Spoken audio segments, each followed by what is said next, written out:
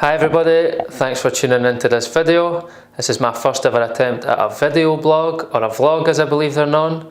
For those of you that have kept up to date on my online blog, I hope you've found some of the posts enjoyable to read and some of it interesting. It's been a little while since I last put up a post. I've been trying to think of different things that I can maybe give a different perspective on or insight into.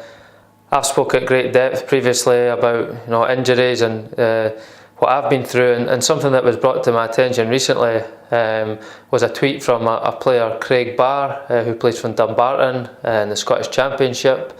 The tweet has gained a lot of attention, and going by the responses, it's a topic that I think a lot of people are unaware of, which is in terms of the cover and the sort of protection of insurances that are in place for players. The tweet was sent, I presume, after a teammate of his had endured a long-term injury, and unfortunately his current club seem unwilling to fund the bill for him to have the operation he requires, so much so that his teammates are now chipping in, I believe, with win bonuses and the likes to try and get the funds together to help their teammate get on the road to recovery.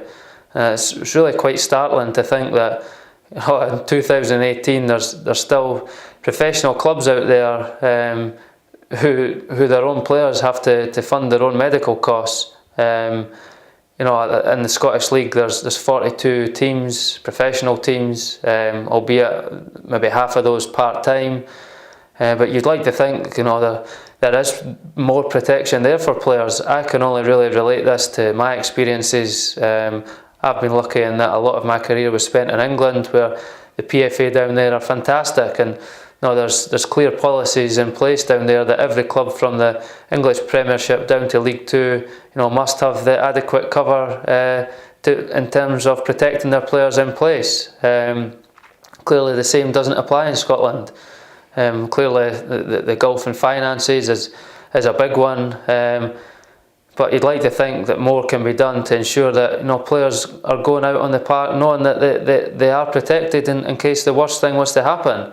To put things further into perspective, I also seen another tweet recently in reference to a player playing in League Two in Scotland, a part-time player. He recently suffered a really horrendous leg and ankle break injury, which not only has put his football career at risk, but as a tiler by trade, he's also unable to do his normal 9 to 5 to earn a living. So not only is his football career up in the air, he's also struggling to earn a living doing his normal trade. His club have even set up a donation page, I believe, to try and help the player, to raise some money for him, to try and ease the burden of what is going to be a really difficult time while he's unable to work.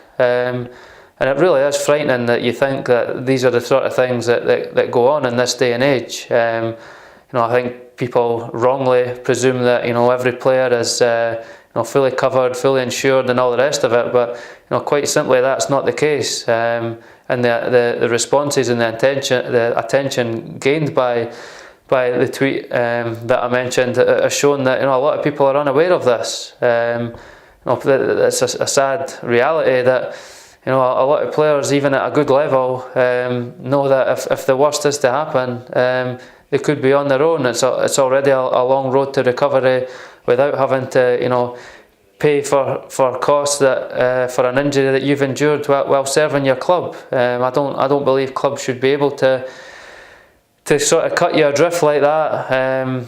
I think at the very least, like what would happen in any other walk of life, the club should have a duty of care regardless to ensure that you leave your contract in at least as good a condition as what you entered it.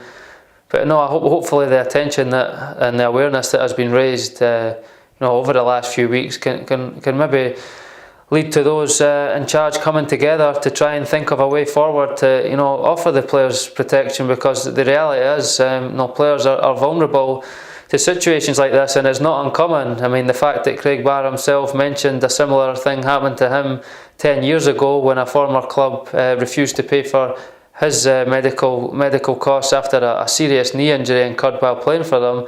The fact that that's still going on now just shows that too little is being done, and it is something that needs to be looked at. So hopefully things going forward can change, and especially for players here in Scotland.